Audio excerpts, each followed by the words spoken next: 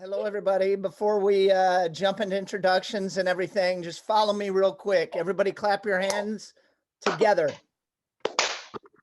Now, interlock your fingers. And let's just take a big, deep breath through our nose, in, and slowly breathe out.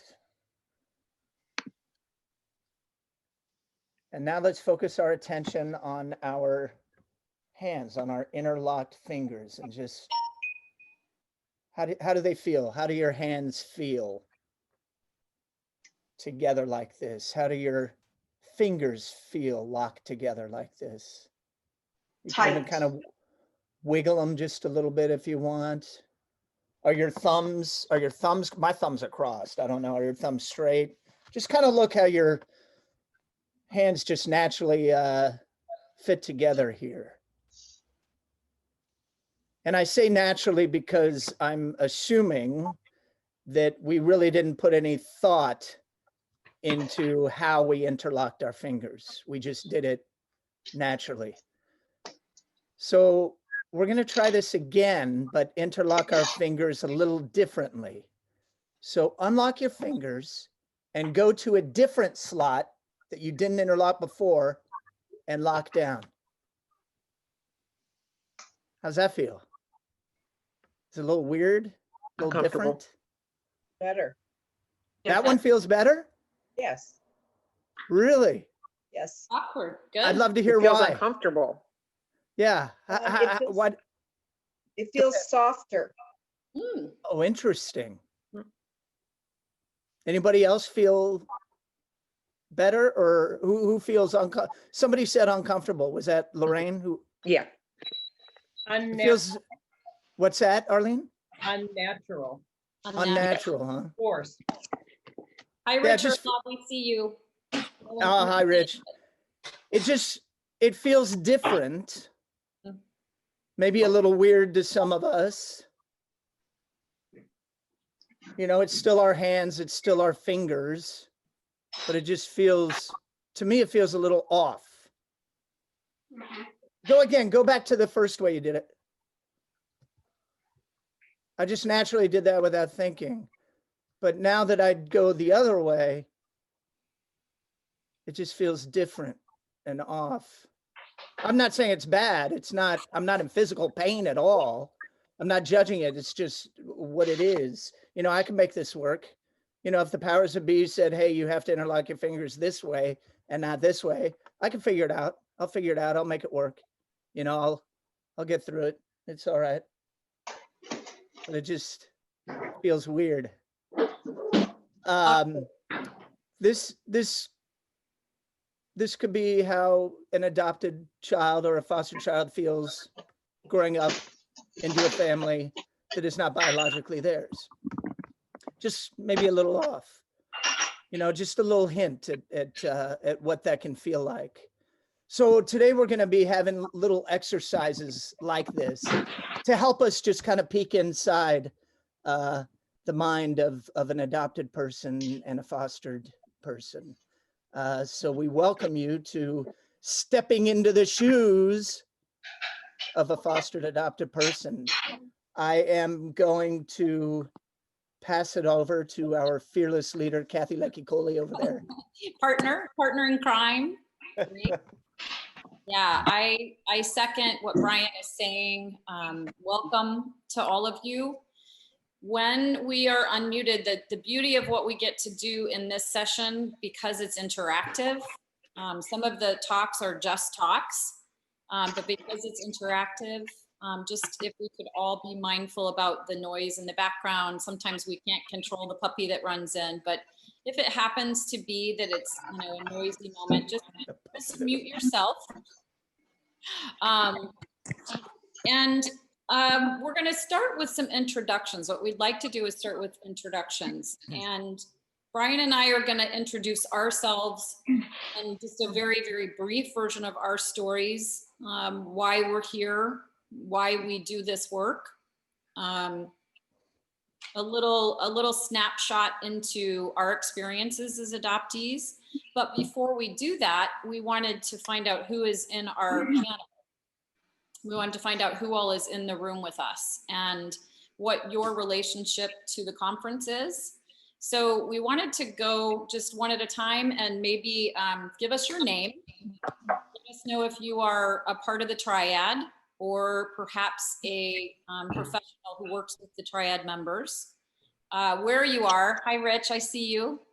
Where you are in, where in the world are you?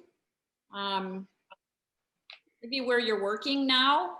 And I think that's it. So it'll probably just be 30 seconds of each of us saying where we are. And I'll do the first one. I'll let Brian do the second one, and we'll do a bigger intro of ourselves in just a minute. And we'll call on you so that it makes sense to participate. So I'm Cathy Koley. I'm coming to you from sunny Florida. I'm going to turn my camera around so everybody can look out the window. There's water out there. I know it's cool in some places. I am an adoptee. My birth mom is actually in the chat room with us, which is kind of nice. And reunited for roughly 13 years. And I do this work because I think it's critically important to share the truth of our stories, whether we're young people, adoptees, or adult adoptees, fosteries, birth moms, even adoptive parents. I think it's really important to keep talking about the truth of the experience, which is lifelong. So I've been active speaking and part of different organizations for about 10 years. And I teach yoga. Cathy, can everybody mute, because it's really, there's a lot of background noise going on. Let's do that. To speak's really hard. I can see somebody walking around and banging. They don't realize you can hear them. How do you mute? I'd be happy to Just hit mute all. Okay. Okay, I went ahead and muted everybody. I'll ask you to unmute yourself, Cathy. Go ahead, unmute yourself, Cathy. Thank you. So you can call on people. Hi, everybody. I'm Brian Stanton. Thank you so much for being here. I was adopted as well. I am in reunion with my birth mother now for 22 years. And just recently in reunion with my birth father for 6 months, 7 months. I live in Los Angeles, California, sunny California, but a little cooler here. It's like in the 50s right now. But I came into this world, this whole adoption support world, because of my play Blank. I wrote a play about my search and about identity and trying to understand what identity means to me, an adopted person. And as I traveled through all the conferences and events, I learned a heck of a lot more about what adoption means to me and what my play actually really means. So as I learned from all the mothers and all the other all my adopted brothers and sisters and foster brothers and sisters and social workers, I too, like Cathy, felt the work was really important, not just for myself, but also to help convey the truths of this world of foster and adoption. So I'm thrilled to be here with all of you to kind of help us understand what is in our heads and what's in our experiences. And our experiences are very unique among all of us, but there certainly are shared emotions and shared feelings and shared thoughts and some shared experiences as well. So thrilled to be here with all of you, and I look forward to meeting you. So go ahead, Cathy, why don't you call on someone? Okay, I will Zara? mute myself. Perfect. Zara?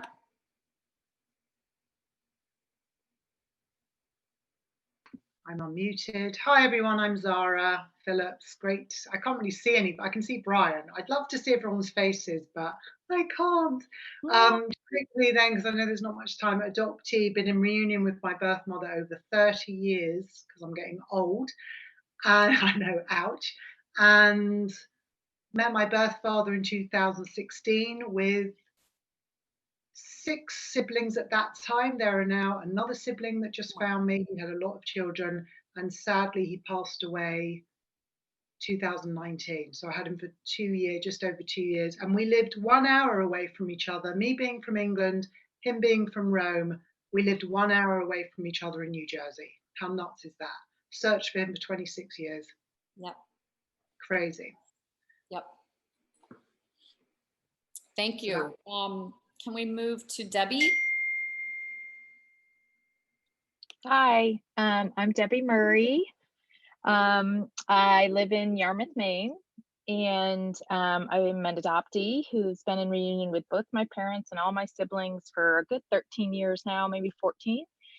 And decided maybe a few years ago to have a vision of creating a center for healing around the adoption space of reunions, specifically around reunions. And with that, I was introduced to Dr. Joyce McGuire-Pavo, who I'm sure some of you know and love. And she encouraged me.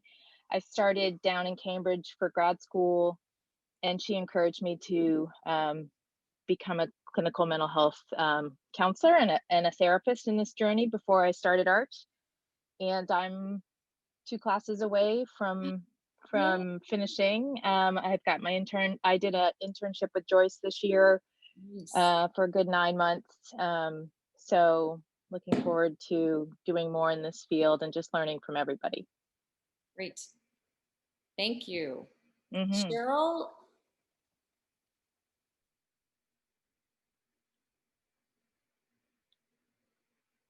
So you have to, there we go. Now we can hear you. Okay, good, thanks. So I'm Cheryl Dunnett. I'm from Los Angeles.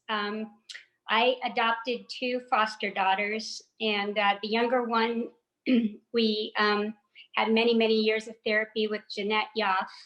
She was amazing. And I now work, for the last year, have worked as a court-appointed special advocate for a foster girl in the Los Angeles system. It's a kind of a support position. I'm not a therapist. I'm not a social worker, but they assigned me to a specific foster girl, and I kind of help make sure that she gets what she needs, and I'm an advocate for her. So that's a really wonderful position, and I wanted to do that because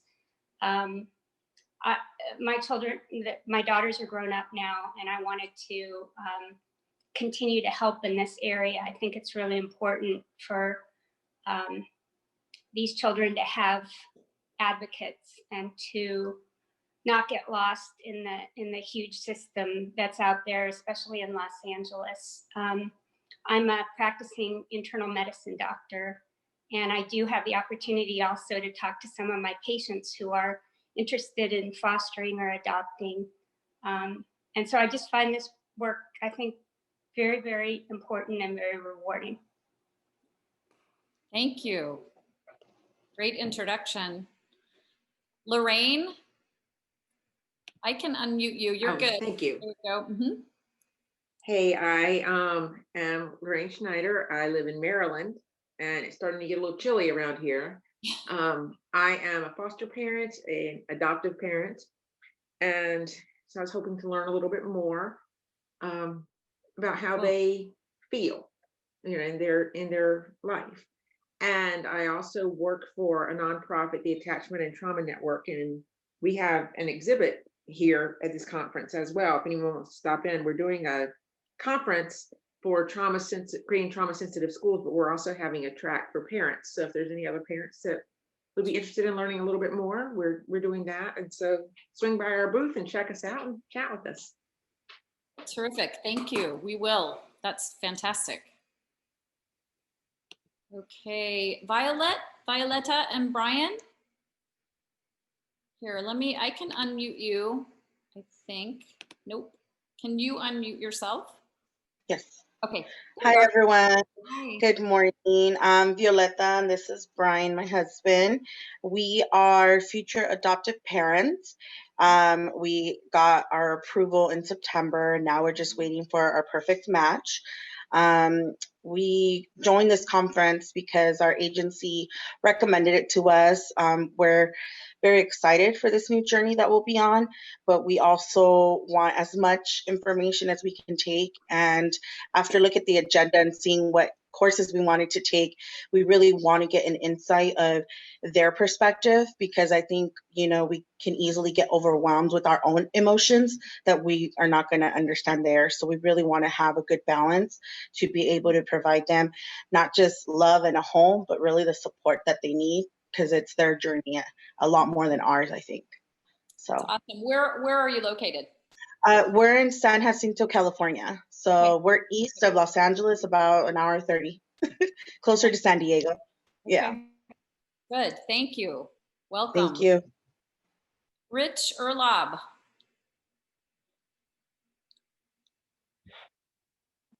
Good morning, everyone. Great to be with you, and some of you who I've seen at other conferences. Great to be in the same virtual room anyway. I'm based in Denver. I'm an adoptee and was adopted at the age of 3 weeks. Grew up in Denver, had kind of a Leave It to Beaver life, and was from the generation of the closed records era. And as a result, I've been a activist for access to records here in Colorado. We've passed some great laws. I serve on the board of Adoption Search Resource Connection. You can visit our booth here and check out the video. There's a really cool conference coming up in January called the Awake Influencer Forum, and it's really geared toward making a difference in the world. There are some great healing conferences. There are some great search and reunion conferences. This is about let's band together and make some positive changes in the world of adoption and foster care. So we're super excited about that. And my story, always wanted to know where I came from. And it took until about age 35 for all the pieces to come together. And I found that both of my birth parents had died before I was able to find them, which was really devastating. But at the same time, met some aunts and cousins and half siblings that were welcoming and cordial. The aunts have passed away. The siblings and cousins have sort of faded away. But I know my story and I know my history, and that's really powerful. Terrific. Thank you for sharing. Good to see you, Rich. Sarah Schott. So yeah, unmute. Perfect. Better? Yeah, thank you. I also am in Denver, Colorado. Good. I am 69 years old. I was one of 5 children adopted into a family that back in the 50s, can you hear me? Yep. Back in the 50s, there was no talk, there was no information, there was no nothing. And I am the one who has decided I really like to see myself a little bit, a lot of addiction, a lot of suicide out of 5 children. And so I've been pursuing sobriety and mental health, and would dearly love to have my real birth certificate. I have found one half sister and have been led through an Adopt an Addiction meeting group to this conference. I'm learning, meeting people, and that's my only goal, is to learn what I can and to do the best I can with what life I have left. Terrific. I assume you have some good sessions lined up on your calendar for the next 2 days. I think every one of them's good. I mean, I'm just going to sit 2 days. Great. Great. Thank you. I can't believe how well organized this is. This is really great. It's tricky with the technology, but yeah, it's really been terrific for all of us. Oh, Thank you. I think it's gone really well. Good, good, good. Glad to hear it. Let's see, where are we? Erin Foley. Thank you, Sarah. Hi there.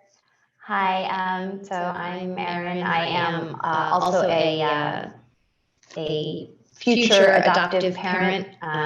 My husband and I, we've been matched with a toddler and are awaiting our court date. We're adopting internationally, and so I'm very excited to learn as much as I can this weekend. My grandmother was adopted domestically, but never was able to confine her story, like connect. It was 1920, so I think it was a very different world when she was adopted. But we are really very, my husband and I, we're both also social workers, so we're trying to do as much work as we can now before the placement happens, that we will be as open and receptive and knowledgeable as possible. And we're very excited. And a good friend of mine, actually, I found this conference with a good friend of mine, was adopted from Colombia. She's speaking on the panel tomorrow.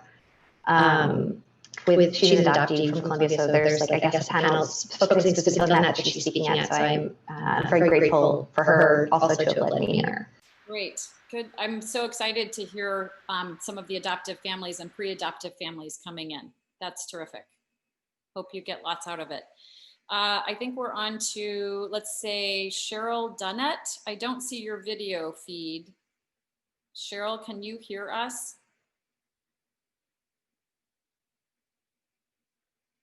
Let's move on to Paula Free is down in the corner, but I also don't see that video feed.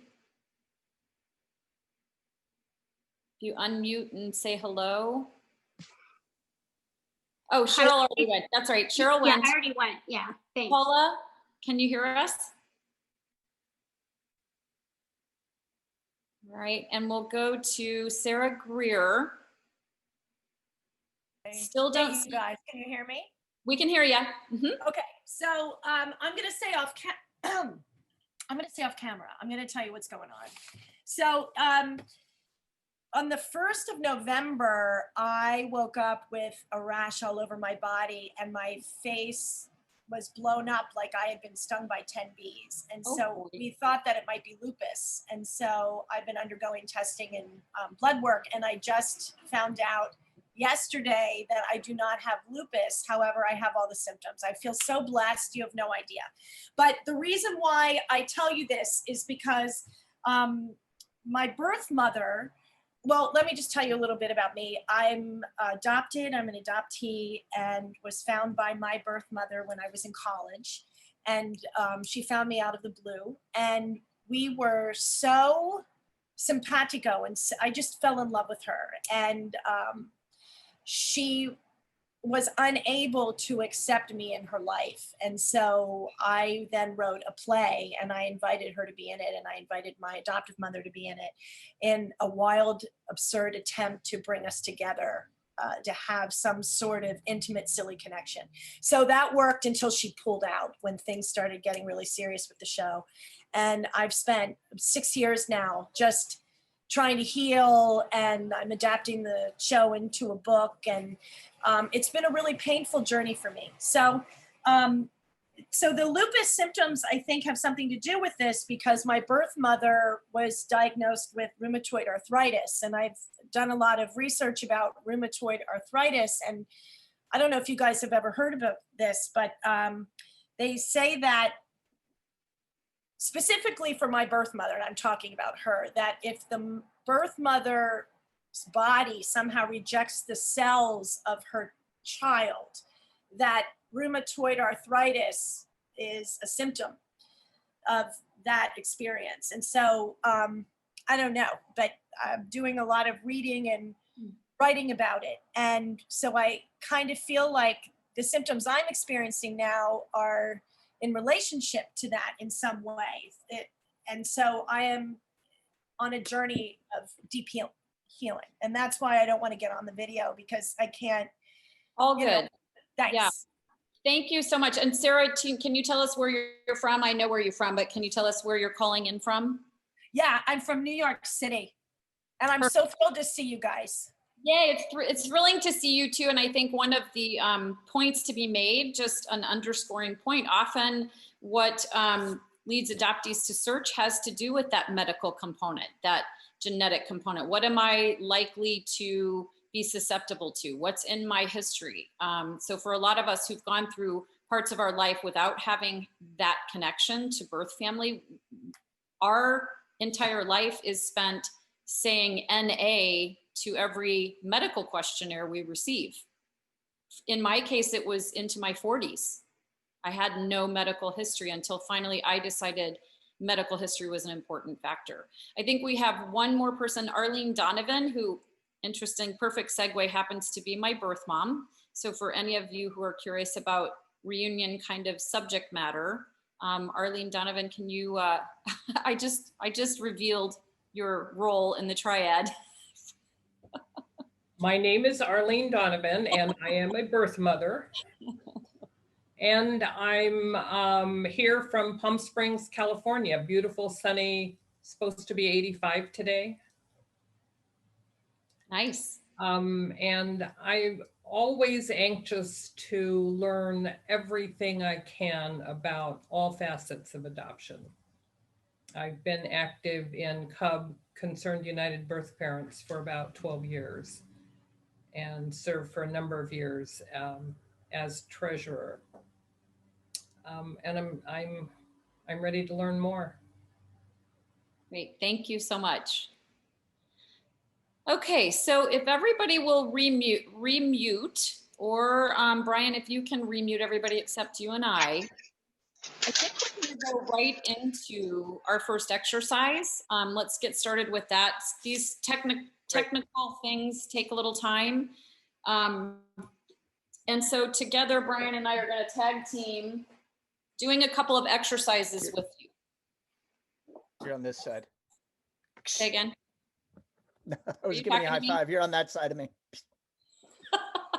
I think. Does everybody have a mirror, like a little compact mirror or anything? If not, you can look at your own reflection in the video. Good. Perfect. If you don't have a mirror, like a little mirror. Sorry for my noise. You're good. So everybody look at your reflection and just look at yourself. Look at your beautiful faces. Yeah, you could use your phone too if you want.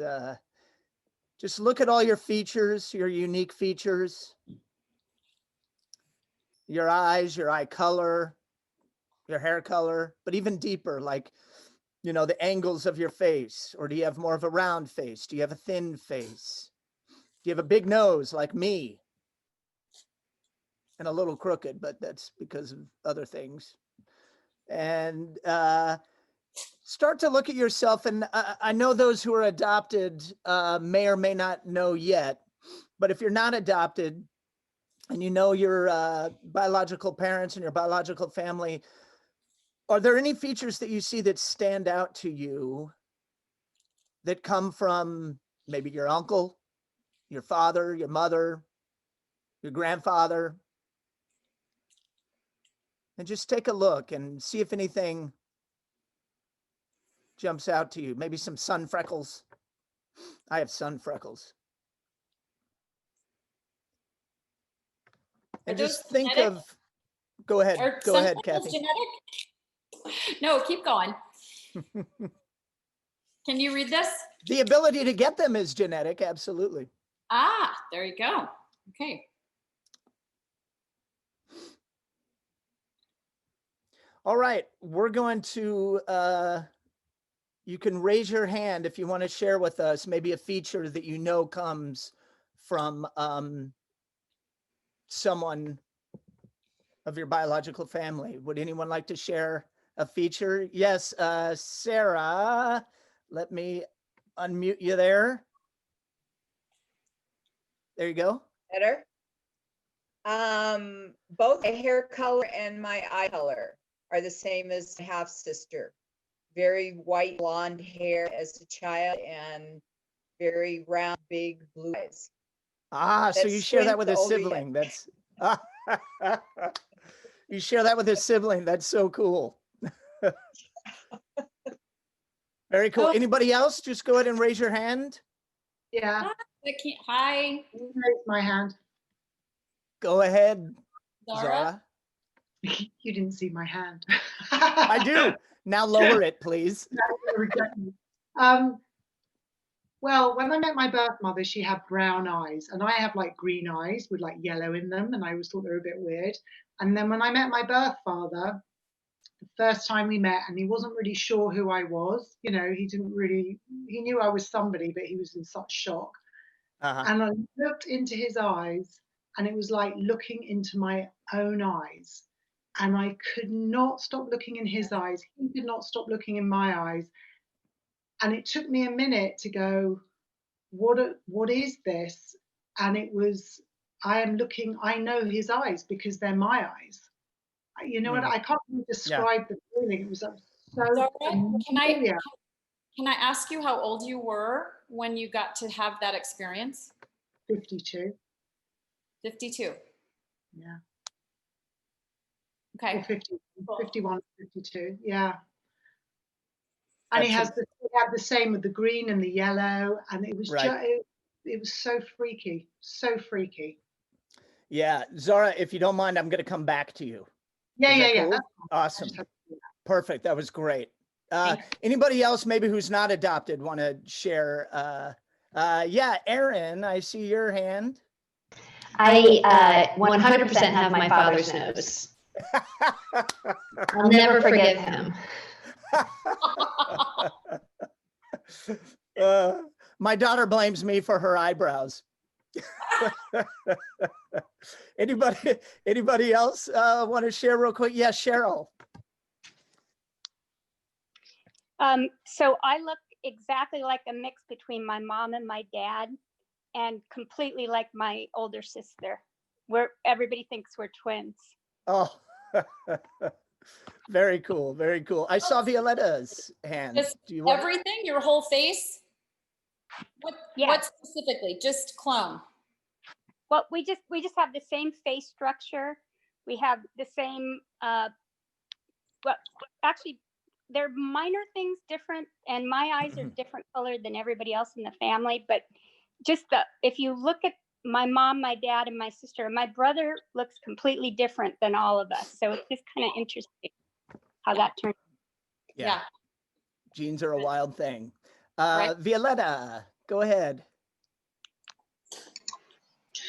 For myself, it would be my eye shape. My dad had like really beady eyes like us. So when we smile, people think we're Asian. So he had really beady eyes. And for my husband, my hairline disappeared. His hairline like his father. Yep. Yeah. Right? Yeah. Good. All right. Thank you guys for sharing that. Go ahead and hold up your mirror. Or if you're looking at, if you're looking into a mirror, turn it around. And if you're looking at your reflection, turn off the video. And this is what an adopted person sees when they have no connection to their biological family, to any biological relatives. And maybe we can explore what that means. And Zara, I'll come back to you, but we do have some adoptees in the room. I believe most are reunited. So, you know, finding out at age 52, go ahead, Cathy. Yep, and just let's take a minute and look at the non-image. Look at the non-reflection, the lack of reflection. Stay with that for a moment, because the point of this exercise is to try to put you into the shoes and to try to imagine yourself, because that is very helpful to us when we empathize in that way. And Brian and I prepared some of our own stories. Obviously, for some adoptees who've reunited, there's an after picture. We have filled in some of those blanks, but I was in my 40s before that happened. And I have a very, very distinct memory as you're looking at that no image, that no reflection, that no sense of, I look just like my mom, my dad, and my sister. My My eye shape is just like my father's. My hair color is exactly the same as my sibling. For those of us who grew up without that, we often are looking at people on the street as they walk by and wondering, could that be my mother? I know for me, I knew growing up, my birth mother was in California as a child. That meant she was in Hollywood, and maybe her name was Sally Field because her nose was upturned like mine.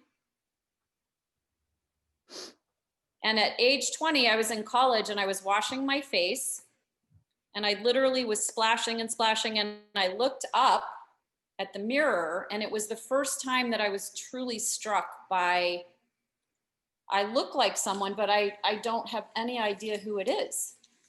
And I don't have any idea what she or he or they look like. And it was a very profound moment. So we wanted you to pause on this to try to empathize.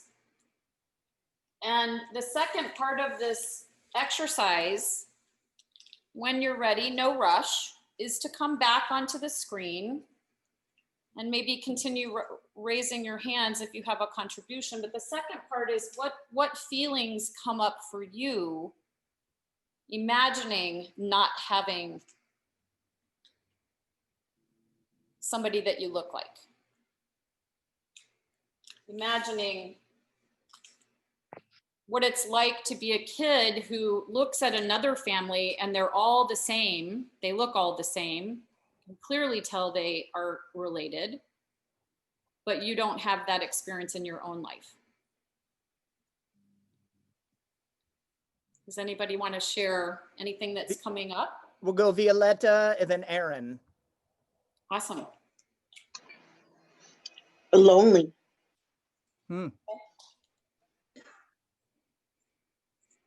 Thank you. Aaron? My younger sister, she and I look, I'm 9 years older than she is, and she and I look so much alike that when she was at my apartment, she took her glasses off, my roommate thought that she was me for a second. Yeah.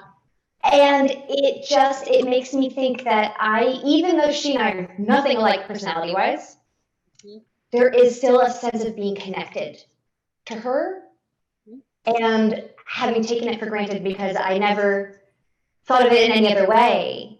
And just this feeling of being unmoored or disconnected within the family unit that you live with and grow up with every day, but just feeling like you're kind of adrift, that you don't have that visceral physical connection to them.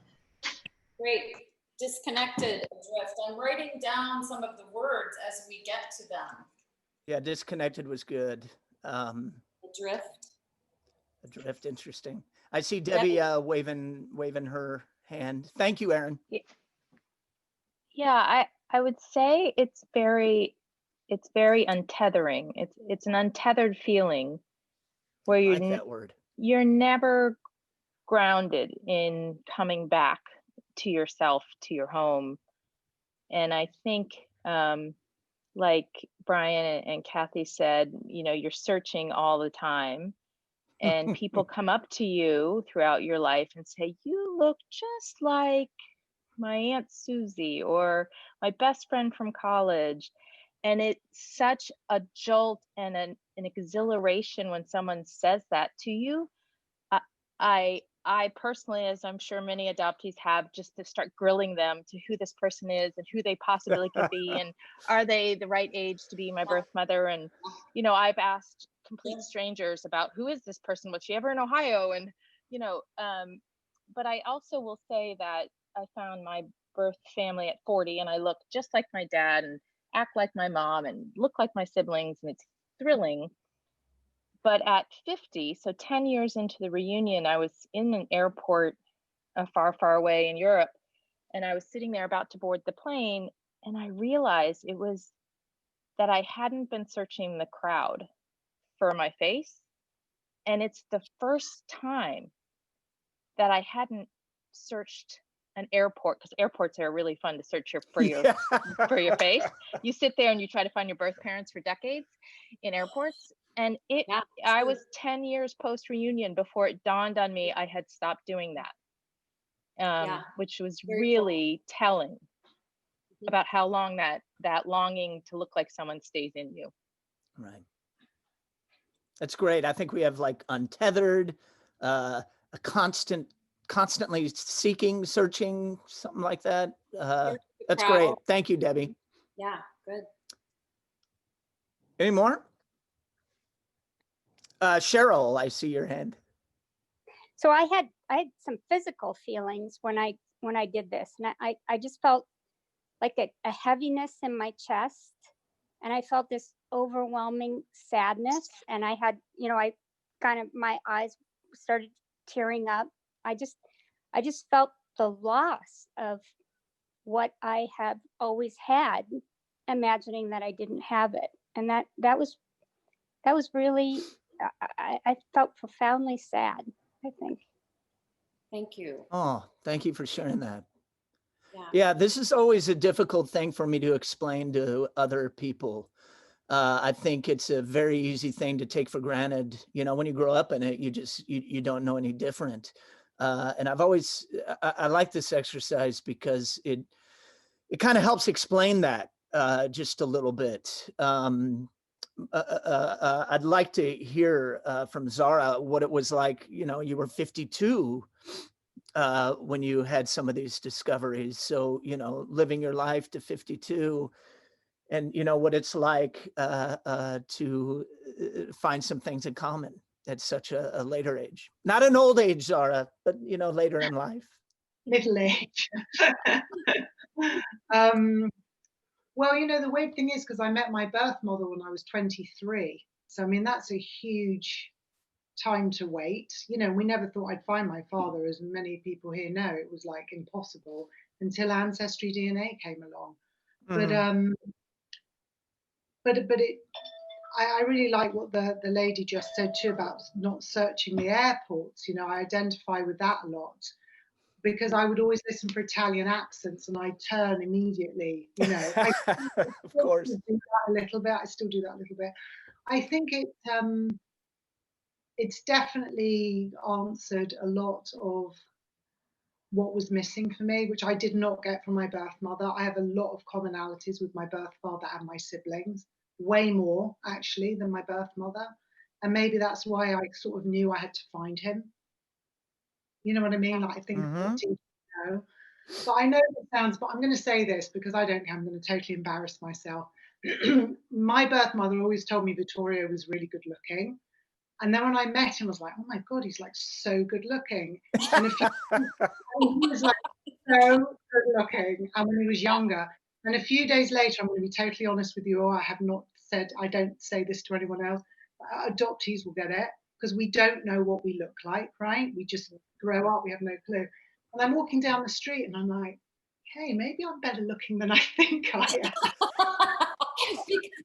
And something I'm really pretty. Oh. Write that down, Cathy. We're much better looking than we think we are. That's terrific. Yeah. And I want to move on to the third part of this exercise, because you're all being terrific sharers, and there's a lot of great detail here.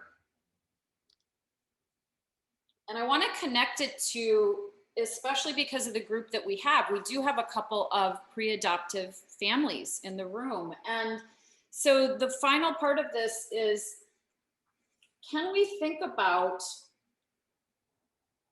how important it might be to have that connection to birth family? Zara did meet her birth mom in her 20s, but not her birth father until much later. Same with Brian. I didn't meet anybody until much later. Maybe Debbie met hers a little later. Some of us might go into reunion earlier. But some of the discussions and the topics that come up during a conference like this are when and how to keep connection to the birth family. And given what we've talked about, can we just have a little discussion time around what you think the influence of that connection might be? Is that a clear question? Brian, can you ask What it? do you mean? Yeah, what do you mean by the influence? So we like to get through the process of saying, this is what it might feel like for an adoptee. Mm-hmm. These are some of the questions that might come up, the issues that might come up, which is great for you to be aware of, but what do we do about it? How does that lead to impact with connecting to the biological family? Is it an automatic that one of the questions, there's a couple of surveys on the Whova app. Oh, right, the poll questions, yes. Yeah, some of those questions are, do you think that all adoption should be completely open from the very beginning? That's a big question.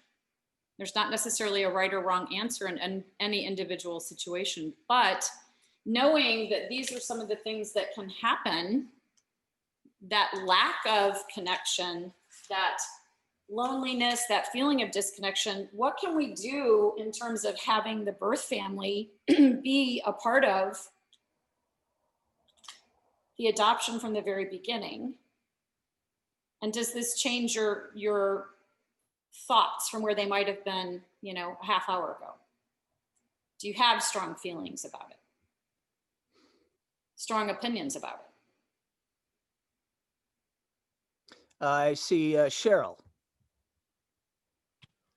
Well, I had this experience with my second daughter, and that was that Jeanette was our therapist, and my daughter never really said anything very much about her birth family, but Jeanette started encouraging us to have her, to have Jeanette look into try to find her birth mother and father if possible. And initially I was very against it. I felt like these people did not treat my daughter well, Right. They shouldn't be in the picture. I wanted to protect her. And Jeanette talked to me about it for quite a while because I really felt very strongly about it. She had me read this book called Primal Wound, which I cried during the entire book. I think everybody who's going to adopt a child should read that book. Yeah. It's very hard, but very, very meaningful. And this is The Primal Wound by Nancy Verrier, if any of you are unfamiliar with it. Go ahead, Cheryl. Thank you. Go ahead. Sure. And finally, Jeanette, through sheer willpower, forced me to realize that this was not my decision, that this is something that my daughter needed. And so we started the long process of tracking her birth mother down. We had a reunion. My daughter initially was very excited and thrilled and reconnected with the family. It didn't last for very long, but it's 100% clear to me that it was the right thing to do for her, and that she needed it, and that she will benefit from having met her birth mom. Her birth dad died without seeing her. Cheryl, I'm sorry, she has some family connections that she still has maintained, and it's the right thing to have done for her. Even though it didn't turn out perfect, it was the right thing to do. Can I ask you how old she was when this all happened? Well, she came to us when she was 10, and we started looking for her birth mom when she was about probably maybe 13, and it took about 3 years to pin her down. She was very elusive. And so Joy was about 16 when we had the reunion. Okay. Thank you. That one's terrific. I put down the book, and I want to write down something that I think before the book and before the reunion that you helped happen. I mean, it required your cooperation. I think it started with dialogue, and it started with working with a therapist. If I can add those as, the influence. It's some of these parts of the journey are not necessarily easy, and perhaps need guidance, need information, need support. I think that's part of the reason why some of us as adoptees who have reunited, we're really passionate about helping the mental health world also be very open to and aware of what is lifelong situations for us. So I'm going to add those, and then there might be more that comes up. Brian? Yeah, feel free to, some of you adoptive. Oh, Debbie, or go ahead, Debbie. Well, I was going to say, I think it's really important, if you adopt infants or toddlers, and whether it's open or closed, that your curiosity with them is important as they go through these developmental stages. And I think it's really hard when you get a new infant to put yourself into that child's mind when they're 7 and when they're 10 and when they're 13.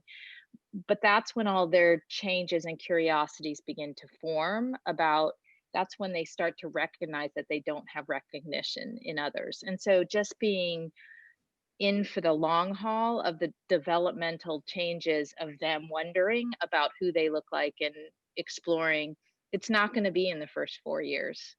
It's going to be in year 5, 6, 7, and then it's going to happen again at 10. And then you're going to have, it's kind of, I liken it to, sex education speeches to your teenager. When do you start that? Like, how do you get the courage up to start that conversation again?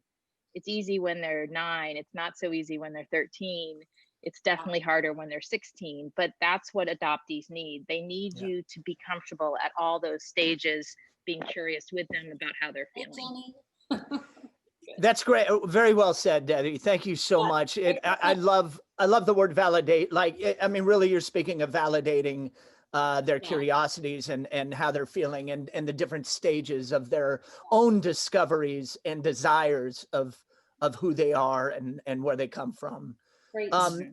I'm not sure if anyone else, like Violetta or Aaron, those of you who are thinking of adopting or are on that track, want to speak and feel free to express any fears, because it is, I mean, even for us, we have the desire to search, but it's scary as hell. It's so scary because you never know what you're going to find. So go ahead, Violetta. I think for myself, one of my biggest concerns is definitely not necessarily how they're going to feel with the connection to their birth parent, but is a birth parent in the right state of mind to even reciprocate those feelings? And I'm known to be an overprotective person of anybody I love.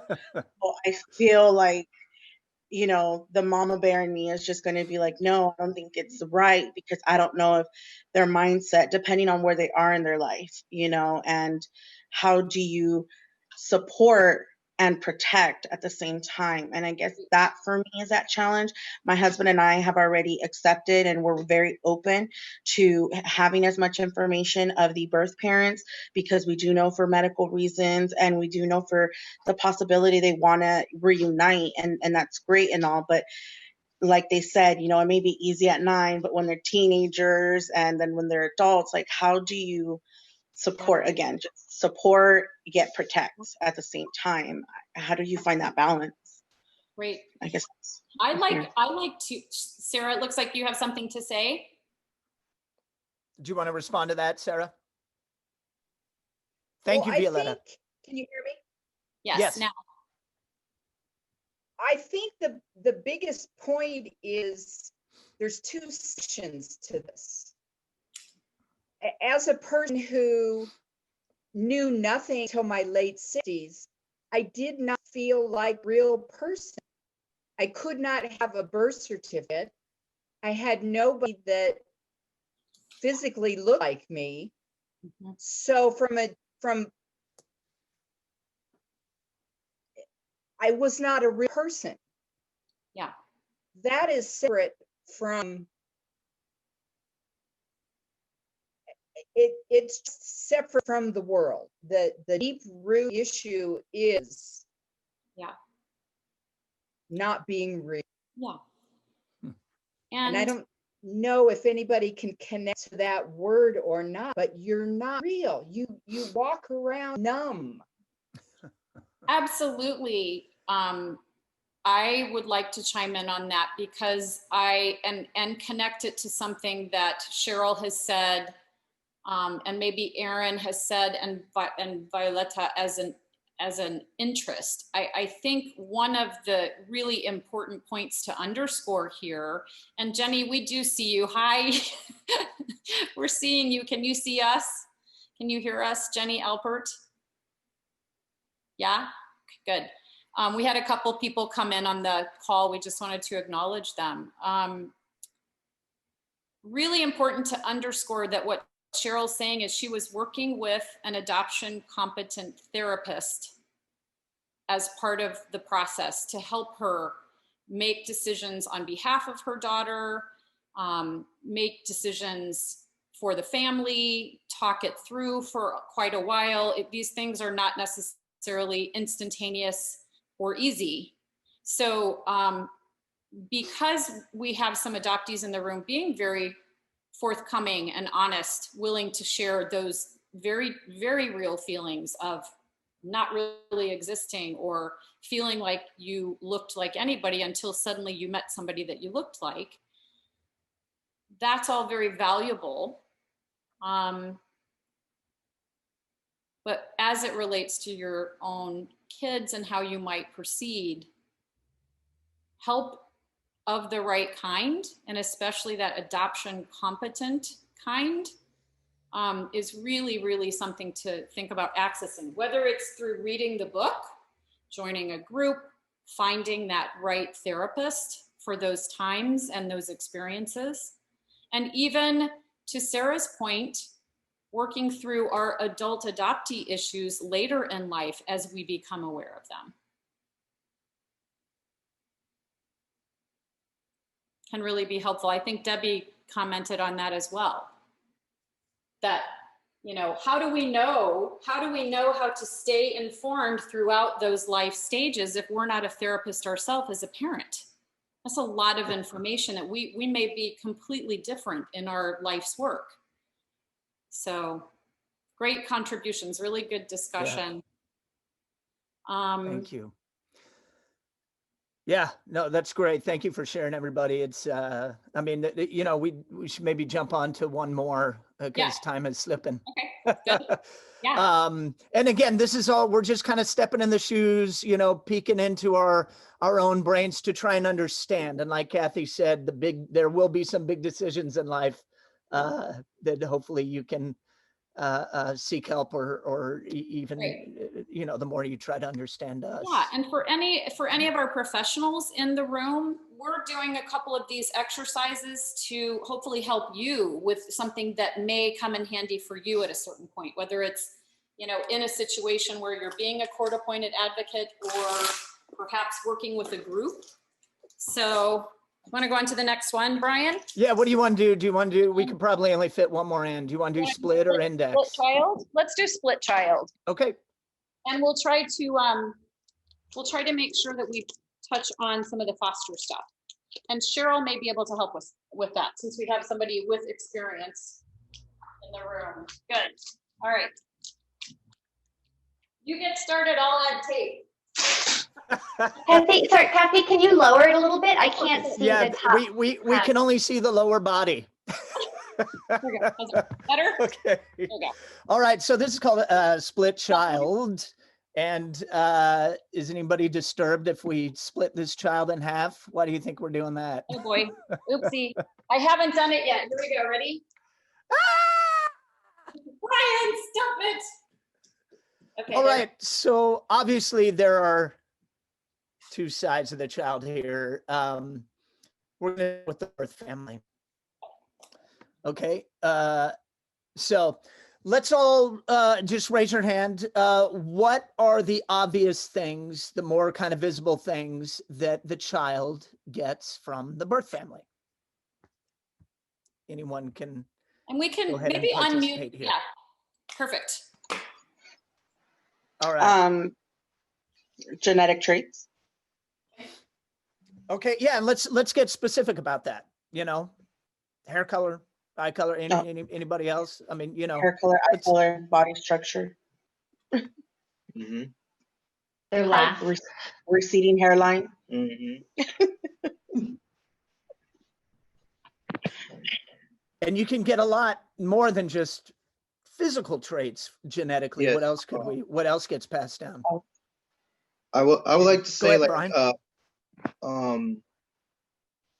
I don't know how I would say it right. I guess personal how would you say, like things they do personally, like if your dad did something and you just grew an interest in doing the same thing. Like An eyebrow. Talent. no, Yeah, talent. musical talent. Yeah. Sure. Yeah. Absolutely. Some interests and hobbies, just natural proclivities, I guess. Skill sets. Absolutely. Someone else just said something. Oh, I said just skill sets. Like you happen to be really Skill good or sets. adept at something. Yep.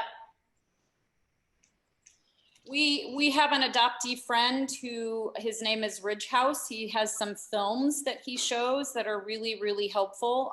Short 15-minute films about adoptees and adoption and people's perspectives. And he didn't meet his birth father until much, much later in life. And he was driving in the car with him and he told some silly joke and his birth father laughed out loud.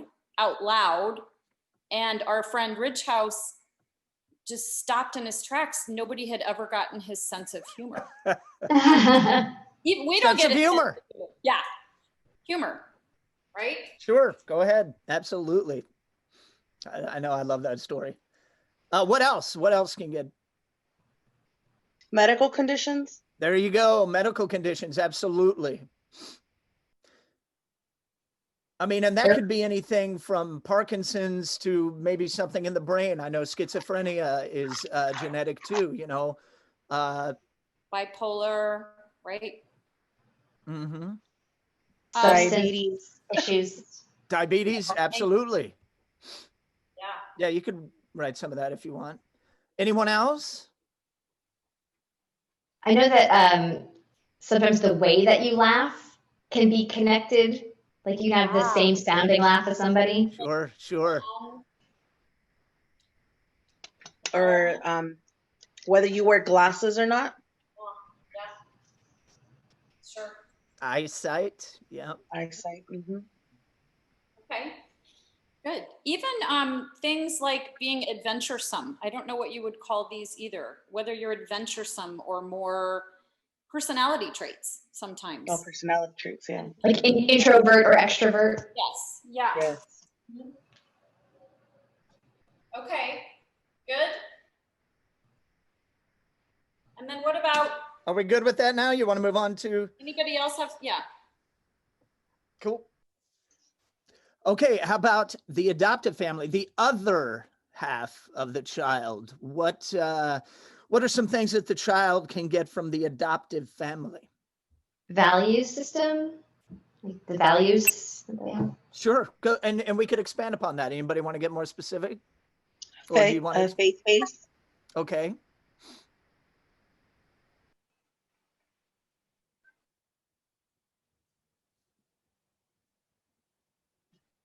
Culture.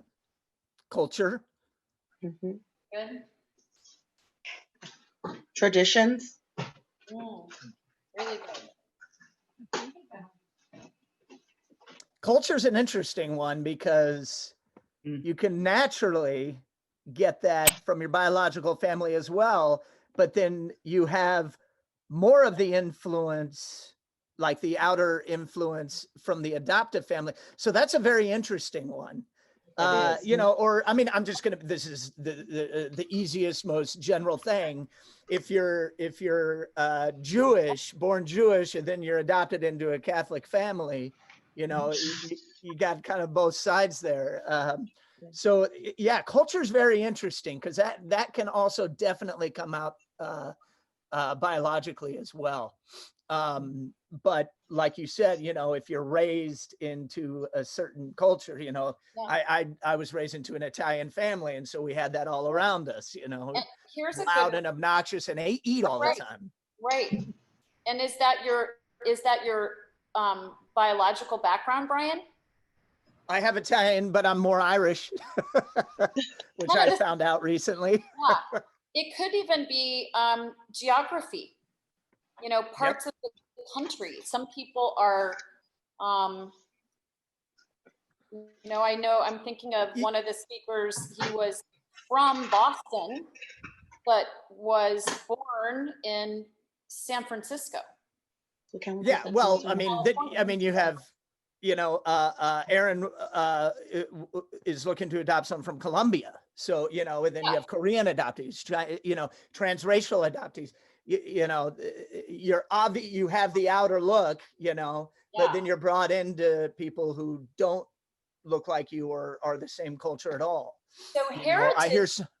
I hear so many stories about, you know, if you're African American and your hair, like the, you know, the woman, the female, and the hair. There's a whole culture with the hair. Yeah. So you know, it's the culture's that's a big one. Thank you for bringing that up. So let's do one more. What else from the adoptive family, and then we'll move along to the last part of this exercise. Anybody? Hands like the one. Manners.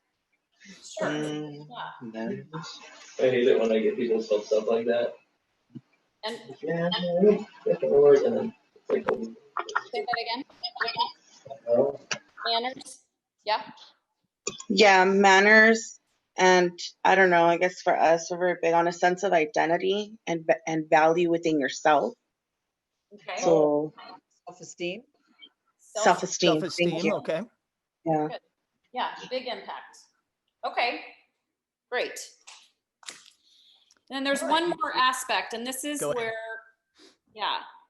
this is where we want to maybe turn our attention toward the foster kind of situation. So a lot of times there is a brand new baby, and we're the parents, the adoptive parents form the family from the very beginning, but often that's not the case. Often there's a, you know, period of time, maybe a few years even. Sometimes it's even, as in Cheryl's case, she was sharing with us, she didn't really get her daughter until she was 7. And she'd been through some traumatizing experiences, having to, you know, be taken away from her family perhaps, or her family being taken away from her. And so we like to draw a suitcase. So we want to think about the foster situation. Yeah, so biologically, Cathy, just to piggyback on what you're saying, biologically, the child could be bringing a history with them. Safety. And for all of us. So what we want to think about, whether it's a brand new adoptee baby, and they still have all these situations, or a foster child, what's the baggage they come to you with? What's in their suitcase? Maybe some of the internal things. Trauma. She said trauma. Okay, thank you. Attachment issues. Attachment issues.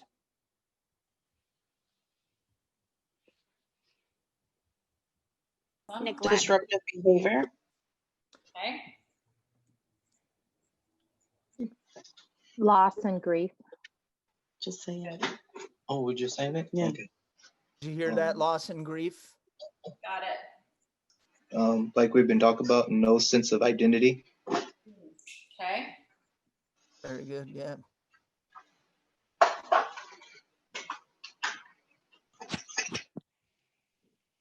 Okay.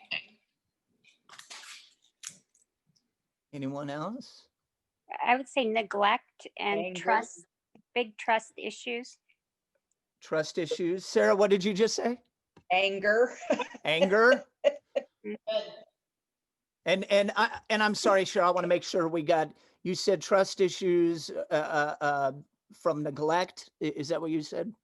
Well, both neglect and the child can have severe trust issues.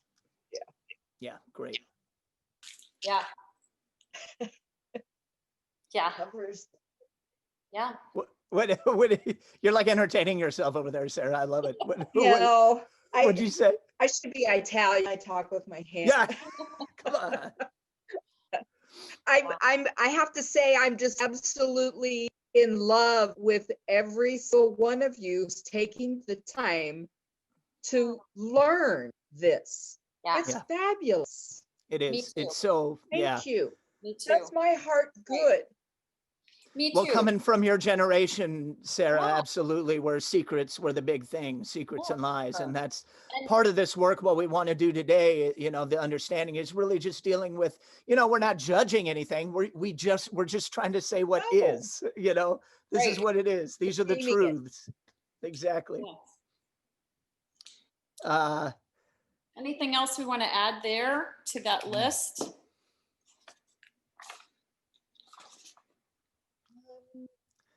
That's a big bag.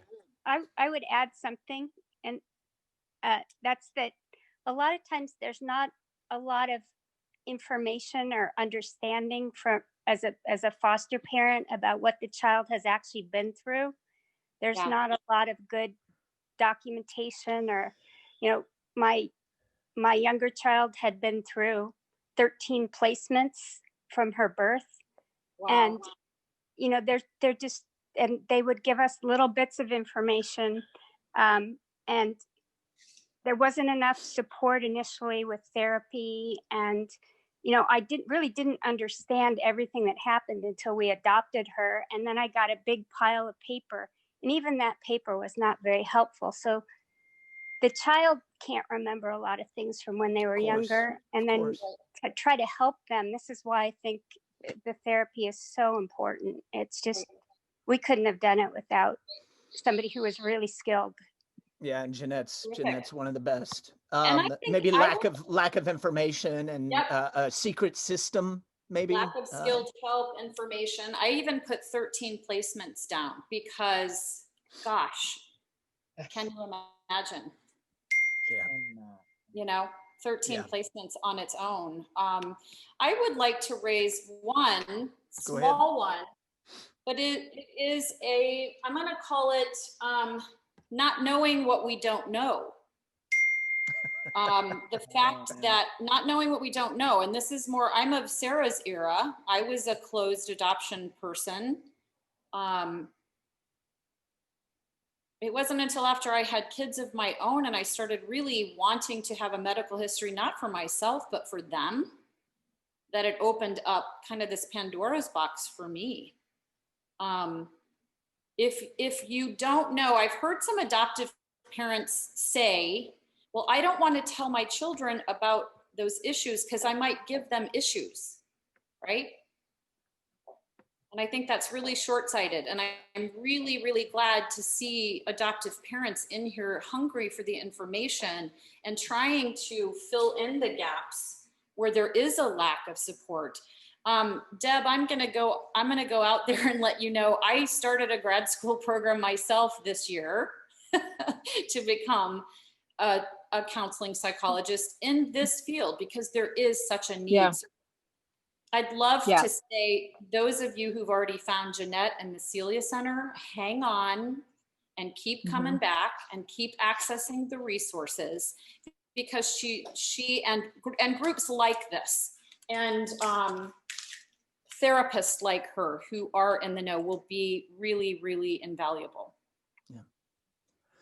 Yeah, and it kind of going off of this and addressing some of the fears. Children are a lot smarter than we give them credit for. And I always say that children are afraid of the dark and adults are afraid of the light.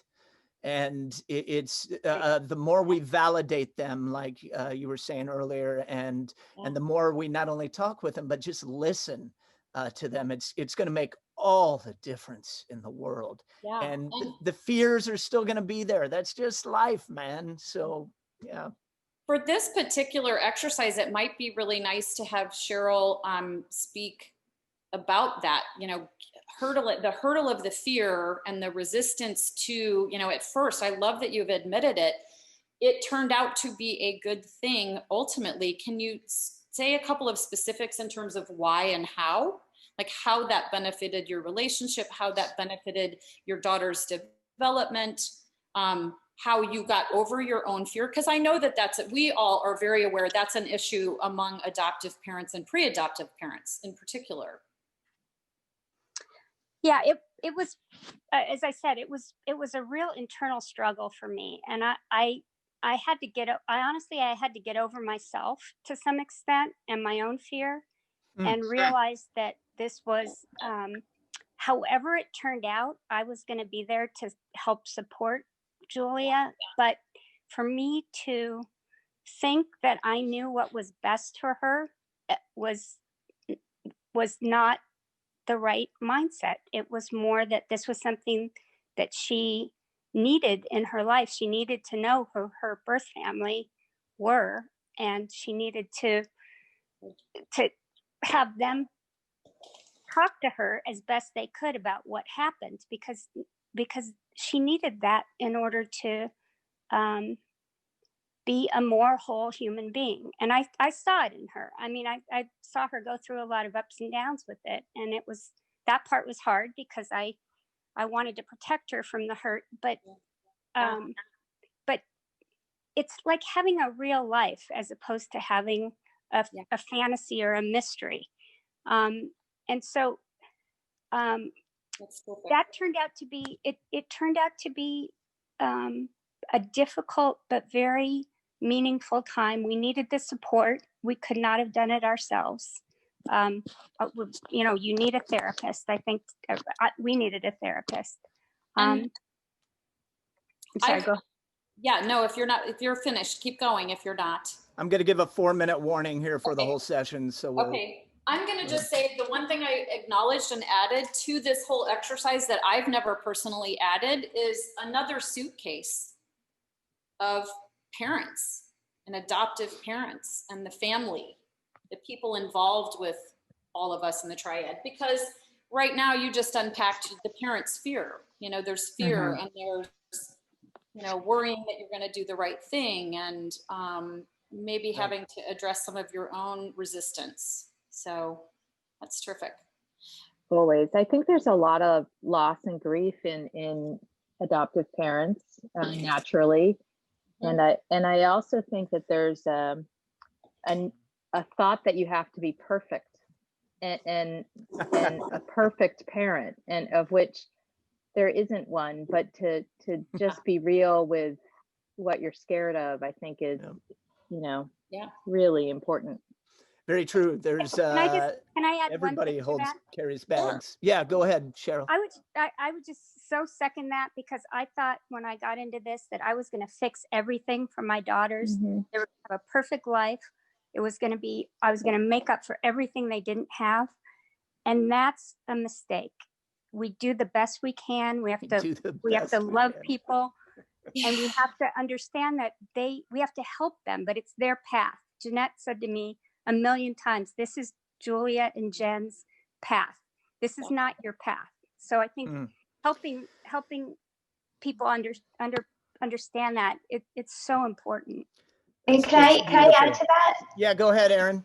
Sorry, I want to also thank Debbie for bringing that up. I was going to say also that the adoptive parents do often bring a lot of their own grief and trauma. Like for me personally, I'm adopting. Part of that journey for me is my own infertility journey. And very often that can really mess with your head in some ways, and you bring so much baggage of that. And I think it's so important for adoptive parents to work through their own grief separately and hopefully before the placement of the child. But it really is such a huge part of the adoptive parent journey, is that you need to work on and acknowledge that you're coming from a place of grief yourself, and you're not coming as a blank slate, and just to be aware of how that is influencing the way that you're interacting with this child. So you're not projecting that onto that child. Very well said. Very, very well said. And thank you so much for sharing that, Erin. Thank you. We really have to, we have to get out right away. But Zara, go ahead real quick. No, I was just going to say the grief is a huge part, and I'm so glad the lady said that. The grief from all sides has to be acknowledged. We can't fix their adopted parents. We can't fix their wound. They can't fix our wound. The birth, so we and all the have birth to mothers and the birth fathers. Absolutely. We all come to this with grief. Adoption is formed from loss. Right. No other way around it. Oh, yeah. Thank you. I'm so sorry, guys. We had more that we wanted to do, but we really have to get out on time. I'll let Cathy close it real quick, but there is a sheet with a bunch of exercises on our page there that you can download. But thank you. I love you guys for for sharing all this. So thank you so much for being here with us. Go ahead, If you Cathy. happen to have questions, if you happen to have other topics that came up or issues around this, reach out to any one of us. Actually, Zara is speaking here. Brian and I both are speaking. Tomorrow. Yeah. Just reach out and reach out in the chats and ask us questions and talk to each other. It sounds like, Cheryl, you could be a terrific resource with Aaron and Violetta, right? And so let's network and thank you so much for being a part of this. Thank you guys for Thank hosting. you guys. Thank Have so you. much fun. Great to I'll see see you. I'm sure I'll see you all around.